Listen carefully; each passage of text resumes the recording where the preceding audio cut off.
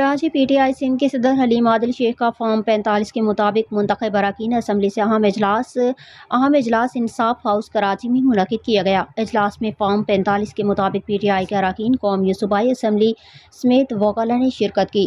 پاکستان تحریک انصاف سندھ کی صدر حلیم عادل شیخ کی صدارت میں کراچی کے صدر راجہ اظہر، کابینہ ممبران آئی ایل ایف سندھ کے صدر advocate Abdulwahab Baloch, I L F Karachi division کے صدر advocate Zahoor Mehsud, senior supreme court high court کے وکلاء نے اجلاس میں شرکت کی۔ اجلاس میں فارم 45 کے اراکین اسمبلی کے الیکشن ٹریبونل میں دائر پیٹیشنز پر تبادلہ خیال کیا گیا۔